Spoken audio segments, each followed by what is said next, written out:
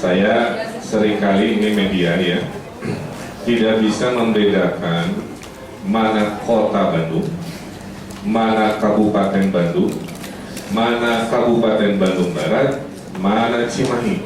Semua ditulis Bandung. Ini 2 hari lalu online news, saya nggak sebutkan namanya, nyebutnya begitu. Hujan turun, Bandung terendam. Dibully kan saya biasa. Saya cek dulu, kan saya selalu hati-hati ya. Pokoknya Kabupaten Bandung. Tapi kan judulnya misleading. Nyebut Bandung aja gitu. Karena tahu kalau nyebut Bandung pasti orang akan penasaran dan mengasosiasikan dengan kota lain. Saya cek sejarahnya, ternyata juga memang orang kalau keluar dari Jawa Barat ngakunya orang Bandung. Dari mana? Dari Bandung. Bandungnya mana? Garut. Oh. Semua dari Bandung. Ya. Nah, saya baru jadi wali kota selama 2 tahun. Saya dulu dosen di arsitektur ITB dan saya praktek juga arsitek. Ya. Nah, waktu saya 2013 menjadi wali kota, ikutan kampanye, saya melakukan apa yang dinamakan scientific research of campaign gitu. Serius, jadi semua keputusan saya dulu by survei. Hasil survei nomor 1, ini hubungannya dari komunikasi ya. Pak Ridwan, orang di Bandung Utara cara logikanya beda dengan Bandung Selatan. Di utara banyak mahasiswa dan dosen-dosen. Jadi kalau saya kampanye di Bandung Utara, ngomongnya kayak orang pintar. Yang nggak boleh kalah. Kalau di selatan itu lebih ke street language gitu. Jadi bahasanya bahasa lapangan. Ini menunjukkan kalau komunikasi ingin efektif, berbahasalah dengan bahasa audiensnya. Karena ini mahasiswa, saya harus terlihat pintar, kan begitu ya. Jadi menyesuaikan. Kedua, Pak, hasil survei kalau orang Bandung itu, terutama ibu-ibu rumah tangga, seneng ya nonton infotainment. Orang Bandung nggak seneng nonton berita ibu-ibunya. Waduh, karena dulu saya belum terkenal, kepaksa saya telepon Luna Maya yang mau launching film. Pura-pura jadi fansnya, supaya disorot infotainment minimal 1 menit dulu. Saya hubungi Cakrakan, yang lagunya baru saya kenal pas kenalan. Dan kejadian lucu pas wawancara, si wartawan infotainment ini nanya, kan Bapak fans, betul, coba nyanyikan. Wah, balik kanan dulu ke toilet, buka Google dulu, lihat liriknya, apalin dulu, pura-pura nyanyi. Itu poin saya dalam berkomunikasi supaya efektif, harus tepat sasaran. Itu dilakukan waktu kampanye ya. Saya pergunakan semua platform, ada Twitter, ada Facebook, dan ada YouTube ya. Ternyata efektif. Saya datang ke sebuah gunung di daerah Ujung Beruk untuk kampanye ya, saya bicara kampanye dulu. Itu ketemu kakek-kakek Pak, kelompok kakek-kakek pensiunan. Pak Ridwan, kata goyang-goyangnya. Abdi teh apa kata Pak Ridwan? Tapi putra Abi di Jakarta nelpon ke nyoblos Pak Ridwan gitu. Jadi kampanye saya lewat sosial media sampai ke anaknya yang nyosmed di Jakarta. Ya, si anaknya nggak nyoblos, tapi karena Twitter saya ke dia, Facebook saya kenal ke dia nelfon. Nah, ini yang ada namanya efek komunikasi itu. Jadi bapak-bapak di gunung di Ujung Beruk itu akhirnya nyoblos saya karena disuruh oleh anaknya. Kenapa saya melakukan full force komunikasi dengan sosial media? Hasil survei menunjukkan dari 2,5 juta penduduk Bandung, itu 2 jutanya punya Facebook, akun Facebook. Jadi masuk akal, ini data yang orang nggak banyak tahu waktu kampanye. Berarti orang Bandung itu negeri Triwis, segala diomongin. Kalau zaman dulu sebelum makan kita berdoa, zaman sekarang sebelum makan kita foto dulu makanannya, upload dulu, nunggu komen baru ngobrol. Nah, karena statistik itu saya lakukan campaign. Ya, jadi singkat cerita, saya juga waktu kampanye itu terinspirasi oleh Presiden Obama. Dulu kampanye Obama itu full komunikasinya dengan sosial media. The future of media itu adalah interaktif sosial media. Sekitar 3 bulan lalu, saya datang ke loper koran ya, yang suka jualan di Bandung di Jalan Cikapundung Timur yang sekarang sudah diresmikan menjadi Jalan Dr. Insinyur Soekarno. Ngopi pagi-pagi, dia bilang, Pak Wali, anggota saya sudah berkurang. Yang biasanya loper koran ini ngambil dari distributor kemudian dijual, dari 110-an Pak Wali sudah berkurang 90. Oh gitu, saya bilang ya. Kenapa kira-kira emang? Ayo nama maracana online. Jadi si orang lapangan pun sudah menyadari bahwa perlahan-lahan printed media itu sudah mulai bergeser ke digital. Jadi kalimat anggota saya berkurang dari 110 menjadi 90 menunjukkan di lapangan hari ini orang baca itu makin lama pakai laptop, pakai tablet, pakai smartphone. Anda inilah generasi yang pakai smartphone. Anda ini bukan generasi yang ke wartel. Kalau ibu-ibu ini pernah ke wartel. Ibu-ibu, ya. Sesuai generasinya, ya nggak bisa dibohongin. Ibu saya pakai HP hanya untuk 2 urusan, nelpon saya dan SMS saya. Dan isi SMS-nya hanya 2 setiap saat. Sudah makan, apa sudah sholat, gitu aja terus. Itu ibu saya. Walaupun saya jadi wali kota, tidak ada kalimat panjang-panjang, cuma sudah makan atau sudah sholat. Anak saya yang masih kecil jarang pakai jam tangan, karena menurut dia, ibunya papa ya, papa kenapa pakai jam tangan? Kan buat nunjukin waktu, ya lihat jam aja gitu. Jadi generasi dia itu semua urusan diakses lewat smartphone. Ngelihat waktu, tuh cek arah kiblat, mau nonton Running Man, atau kayak istri saya tidur ngecek Lee Min Ho ya, baca Rappler, debat di situ dan seterusnya. Jadi generasinya sudah berubah, poin saya begitu. Dan pepatahnya sederhana, siapa yang relevan pada zamannya umurnya panjang. Rappler ini menunjukkan organisasi yang mengikuti perubahan zaman. Itu ya.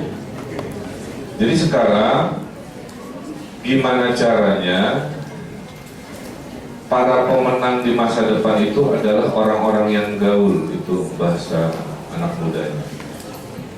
Kalau bahasa agamanya orang-orang yang ikro, membaca, bisa membaca buku, bisa membaca zaman, ya, atau bisa membaca nasib. Jomblo, nah itu saya tahu bisa baca nasibnya. Jomblo sama single itu beda ya. Jomblo itu nasib, single itu pilihan. Jadi jangan ngaku jomblo, saya ini single, itu pilihan hidup saya. Nah itu lebih keren ya.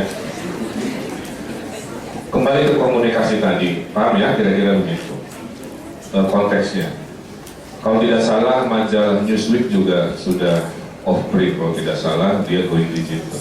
Hanya perlahan-lahan lah.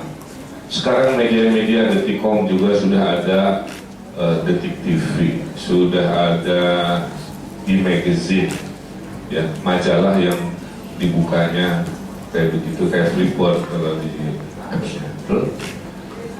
Sehingga cara membaca pun walaupun digital seolah-olah kayak baca fisik gitu. Kalau kamu punya Flipboard itu, saya berlangganan itu, baca korannya itu kayak baca itu, nge-flip di bolak-balik. Ya, jadi itu. Nah, sekarang saya jadi wali kota. Dulu saya bersosial media.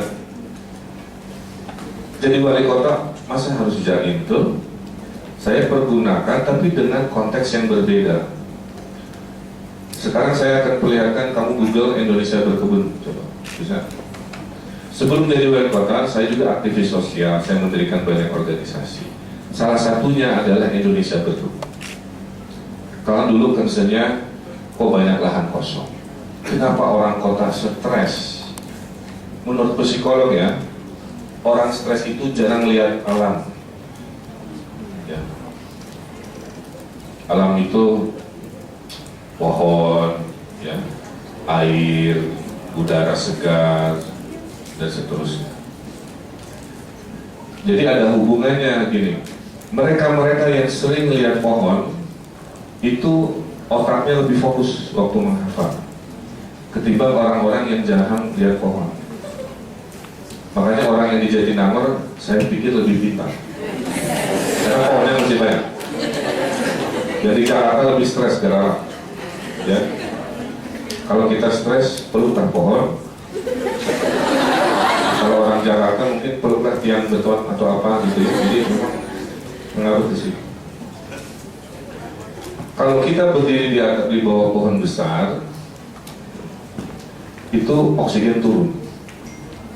Kalau hujan oksigen turun yang nggak kelihatan, itu adrenalin turun.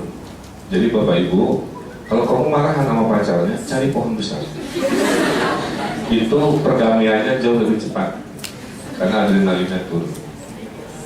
Ya. Nah, maksud saya, komunikasi dengan cara-cara baru ini itu menjadi sebuah kebutuhan. Ya. Nah, ini urban farming. Saya ingat saya nge-tweet 2009. Hey follower, saya punya kegelisahan.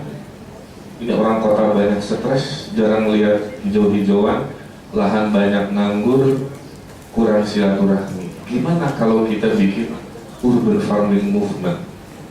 Bertemu bersilaturahmi, menanam sayuran yang bisa dipanen dan dimakan, dan seterusnya. Itu nyamuk sekitar 12 orang. Singkat cerita, kita launching komunitas Jakarta dan Bandung Berkebun. Kita nge-tweet, tiap kita bergerak, kita foto. Nah, itu hebatnya orang Indonesia.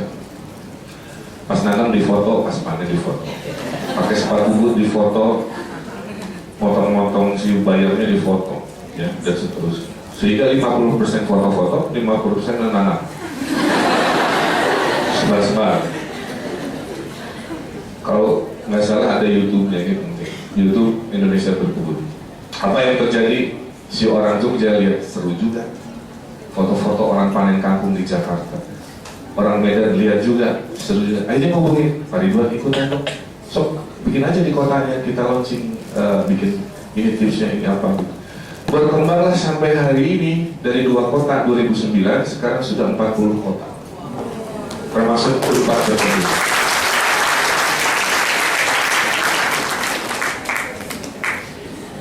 Indonesia Berkebun Google. Jadi 2011 Google memberi penghargaan kepada Indonesia Berkebun dan memberi penghargaan kepada Blood for Life.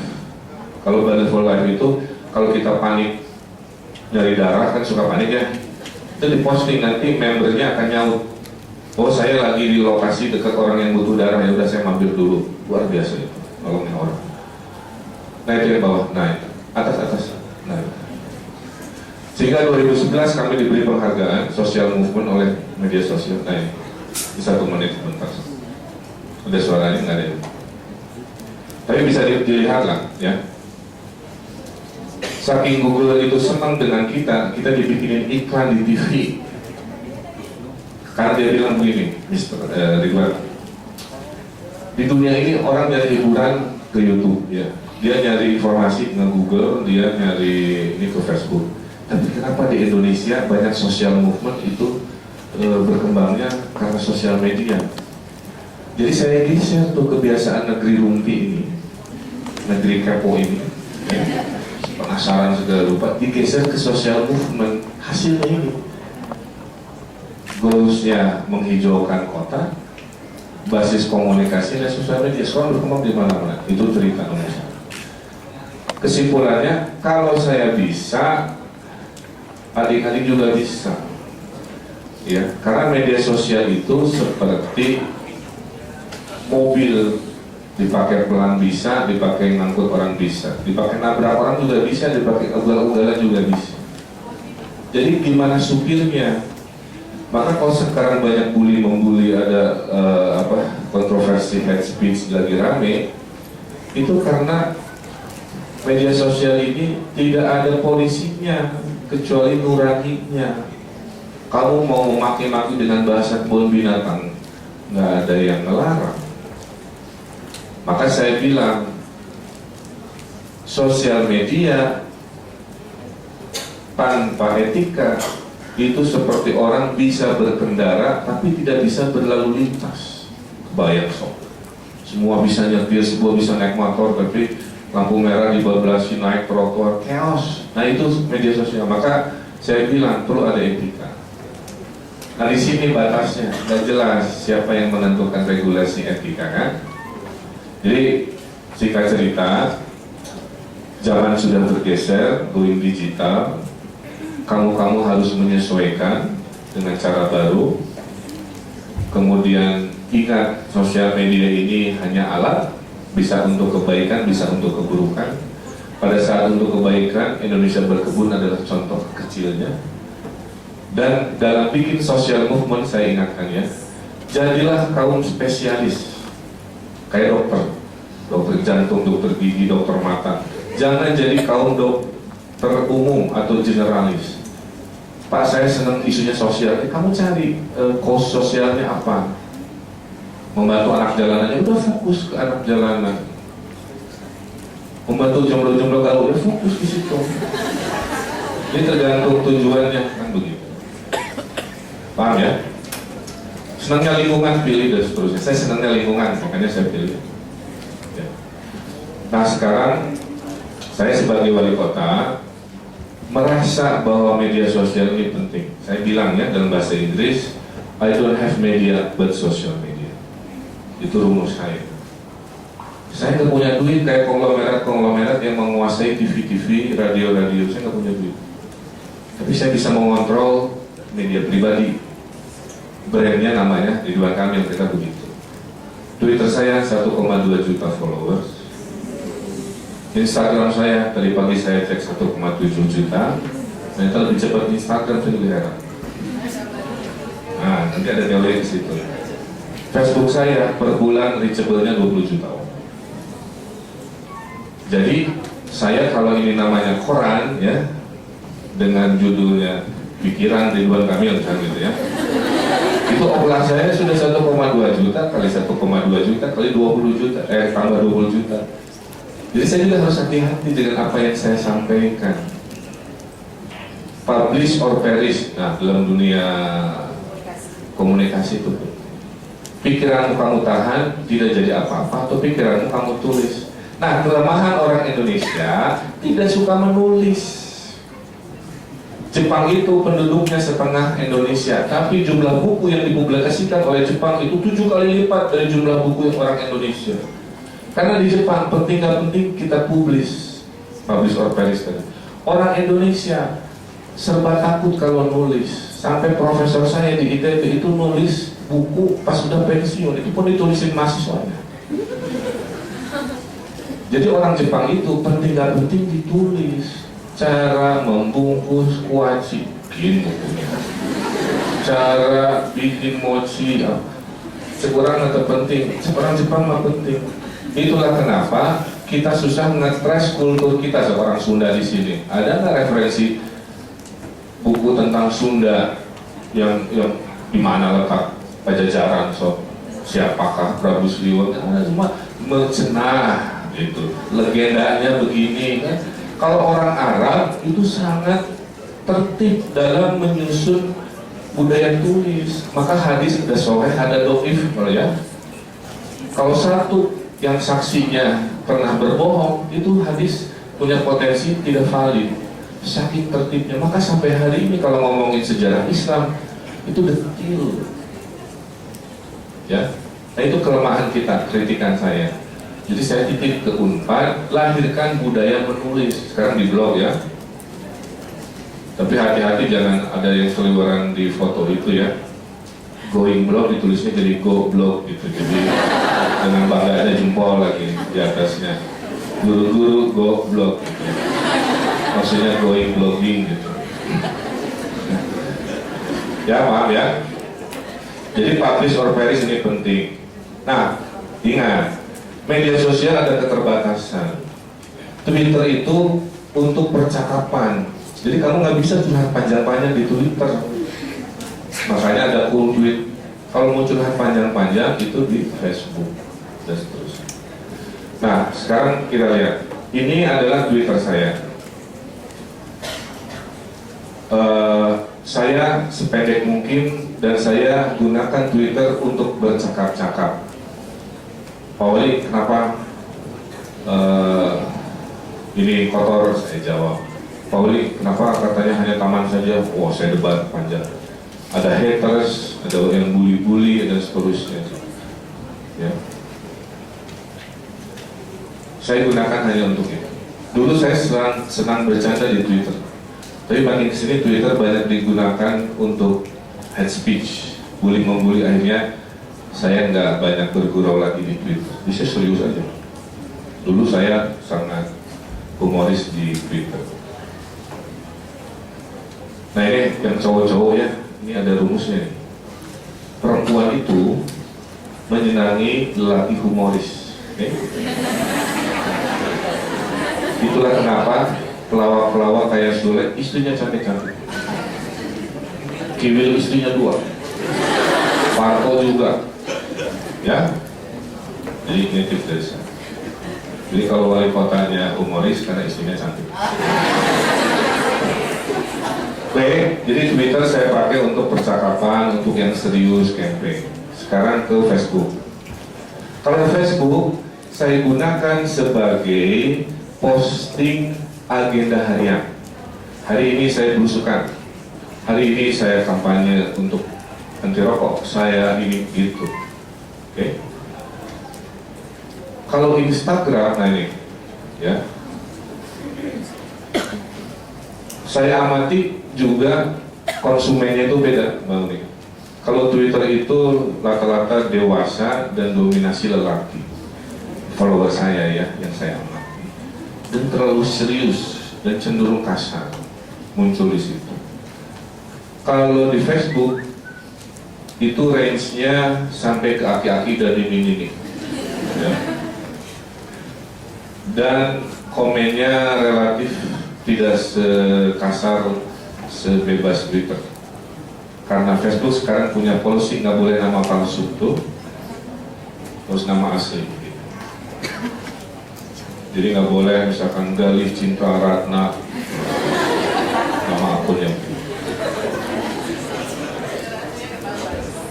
Saya dikasih tahu Facebook waktu saya berkunjung ke kantor Facebook, Mr. Mayor, your reachable audience per month is 20 million. Juga kaget, sebanyak itu. Apa itu reachable? Reachable itu artinya si yang nge-like saya punya followers juga, kayak gitu ya. Setiap saya posting itu potensinya menjangkau teman-temannya yang mengelike itu sekian lah gitu ya. Itu kalau di total direkap per bulan 20 juta. Saya kaget, berarti saya punya power mengkomunikasikan di Facebook 20 juta orang per bulan. Maka saya kalau di Facebook good news is news. Saya nggak pernah posting negatif. Semua yang positif saya taruh di Facebook. Ada tapinya, kayak kata kantor Facebook, Mr. Mayor, people expect to see your personal side as a mayor. Oh, gitu. Nah ini saya lupa pulang dari kantor Facebook. Sekarang saya posting 80% serius di Facebook ya, 20% gede. Contoh ini lihat ya. Saya foto kemarin, terus saya tulis humor ya. Karena tangannya begini, saya bilang, saya disuruh istri saya berpidato, saudara-saudara, kalau punya istri itu cukuplah satu. Nah, gitu. Terima kasih Pak Wali, Anda setia istrinya satu. Saya balas lagi, belum selesai lanjutannya. Satu di utara, satu di selatan. Ini ke bawah, lihat. Terus. Terus lagi ke bawah, sampai bawah. Cuma nunjukin ya, sampai bawah.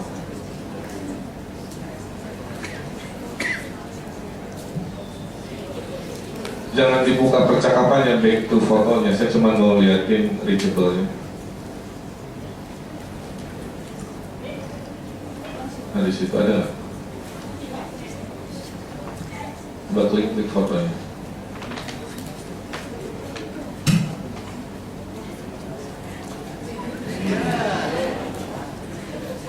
Ada, kelihatan sering.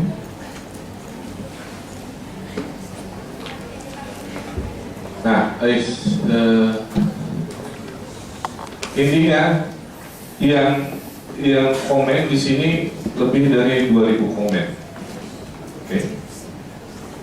Coba lihat di foto. Waktu saya posting serius, yang komen cuma 500. Dan ini sering terjadi. Oh, jadi kesimpulannya, ya, kalau Facebook itu begitu. Kalau terlalu serius juga orang ternyata malas berinteraksi. Akhirnya kesimpulan saya, kalau saya posting, saya harus sedikit serius, tapi ada bumbu-bumbu humor. Itu tips saya, ya. Kira-kira begitu. Nah, sekarang ke Instagram. Instagram lebih aneh lagi. Dulu saya mengira Instagram itu kumpulan foto-foto. Betul? Maka di awal-awal saya gabung Instagram, itu foto-foto saya, kan saya hobi fotografi ya, yang bagus-bagus lah untuk pemandangan. Kesini ternyata foto nggak penting. Yang penting itu adalah judulnya. Ya. Coba yang terakhir tadi pagi saya upload ke Lina.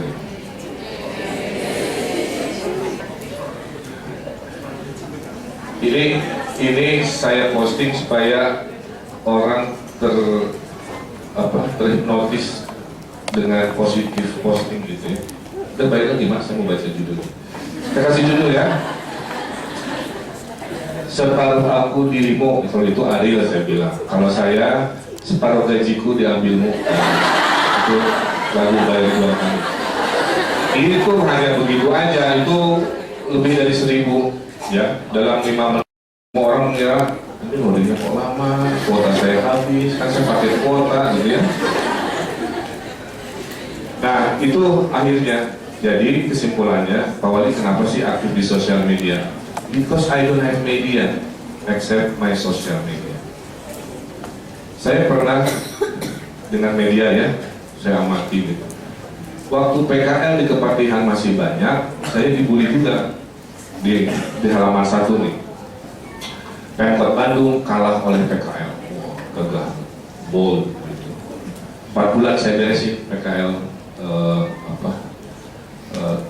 before and after mana itu.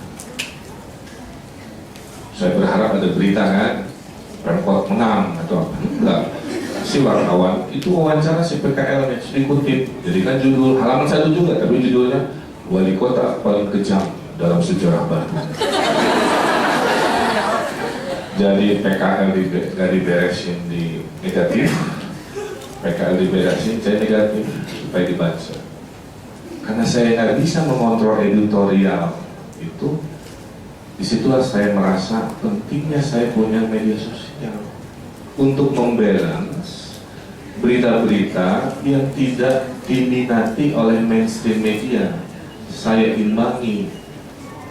Kalau mainstream media drama, bad news is good news. Kalau saya sebaliknya, no drama, positif news is good news, kira-kira begitu. Maka sekarang, nah menariknya juga zaman sekarang, kutipan saya itu sekarang dijadikan referensi. Diminta tidak diminta, setiap saya nulis status itu suka jadi berita dan sering dipelintir punten ya. Saya lagi bercakap-cakap dengan followersnya Ahok ya, bukan dengan Pak Ahok ya, dengan followernya Ahok yang maki-maki saya Saya jawab gini, hey, ya, hidup itu jangan habiskan energinya buat cari kejelekan orang. Itulah kenapa Indonesia nggak maju-maju. Itu kalimat saya ke si orang itu. Oleh online media yang tidak saya sebutkan namanya, diambil judul itu, dia tambahin kata ini, Mbak, Ahok, kamu jangan sering menjelekkan orang, ya. Itulah kenapa saya bilang, ya. Tapi kalau saya teruskan capek juga. Nah, disitulah kadang-kadang media sosial online ini juga punya daya angkat dan daya jatuh yang luar biasa. Ya. Jadi kesimpulan saya, mari gunakan si media sosial ini tergantung tujuan kita. Oke? Buat update pribadi silahkan, tapi tidak semua orang senang dengan masalah pribadimu sepanjang hari, sepanjang tahunnya begitu. Belajar jadi orang yang memberi influence positif. Terakhir dari saya sekarang launching Smart City udah setahun, target 3 tahun. Saya merubah cara birokrasi saya berkomunikasi. Coba Twitternya Satpol PP. Bapak Ibu, seminggu saya dilantik, saya perintahkan semua kepala dinas punya Twitter. Karena saya ini anak Twitter yang jadi wali kota. 80% tidak tahu Twitter, Pak. Sekarang mereka sudah ahli. Tapi 2 minggu pertama mereka nggak bisa bedakan bahwa dia admin atau dia pribadi. Jadi si admin dinas pendidikan ngobrol dengan admin dinas bina marga, mana leburnya? Jadi aku di rumah saya pernah jadi ngobrol begini. Terus kali saya tegur, Mbak, ini kan admin itu bahasa dan postingannya sesuai dengan prosedur. Kalau mau curhat di akun pribadi, ternyata begitu. Kemarin mana kelembur.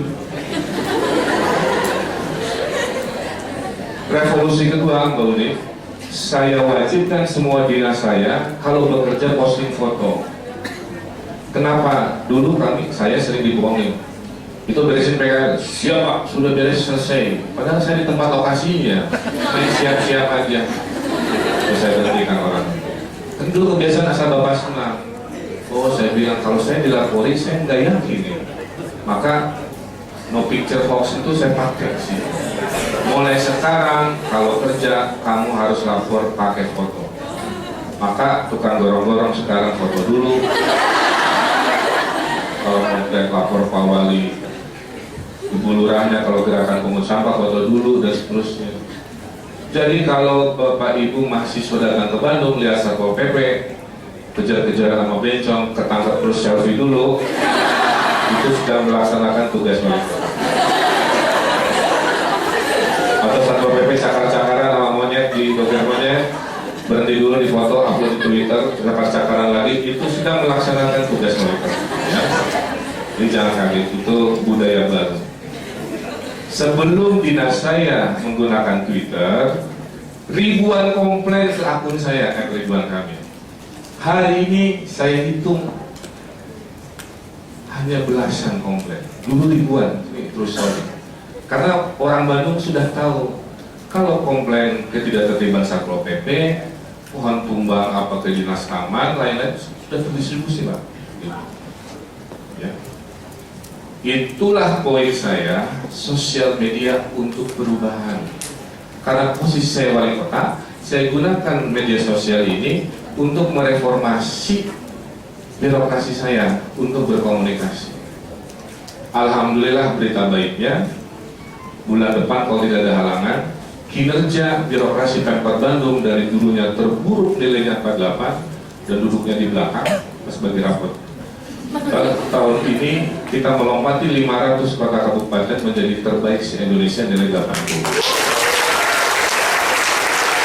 Salah satunya karena reformasi komunikasi. Dulu dia ngeles kalau melanggar dan pungli, Pak, gak ngaku. Sekarang memang. Jadi birokrasi di Indonesia itu diberi nilai sakit namanya, akuntabilitas kinerja. It's very complicated, apa? Jadi kalau bilang saya sudah berhasil reformasi, itu kan klaim. Sakit itu yang paling ilmiah. Jadi cek aja nilainya berapa. 2 tahun kami lompat dari 48 ke 80. Ya.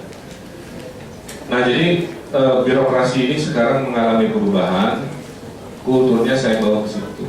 Ya. Dan yang menarik ya, sekarang jarang pungli. Kenapa?